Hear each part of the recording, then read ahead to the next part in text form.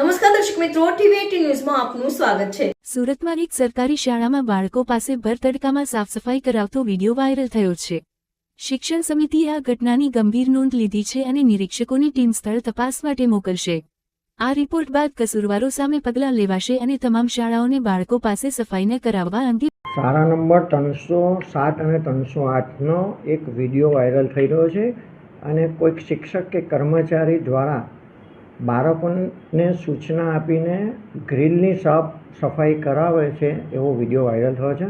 હમણાં જ મારી પ્રિન્સિપલ સાથે પણ વાત થઈ। નગર પ્રાથમિક શિક્ષણ સમિતિ સફાઈ માટે ગ્રાન્ટ આપતી જ હોય છે, સર્વ શિક્ષા અભિયાન હેઠળ પણ મળતી હોય છે અને હમણાં જ શિક્ષણ સમિતિએ દરેક સ્કૂલોમાં ગ્રાન્ટમાં વધારો કર્યો છે। એટલે મારી દ્રષ્ટિએ આ બાળકો પાસે સફાઈ કરાવવી એ યોગ્ય નથી।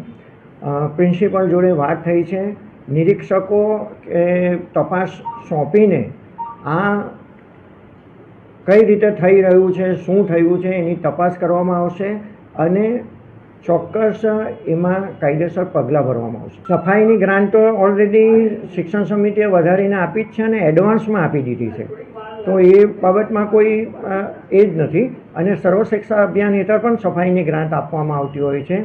તો આ બાળક પાસે સફાઈ કરાવવી એ યોગ્ય નથી।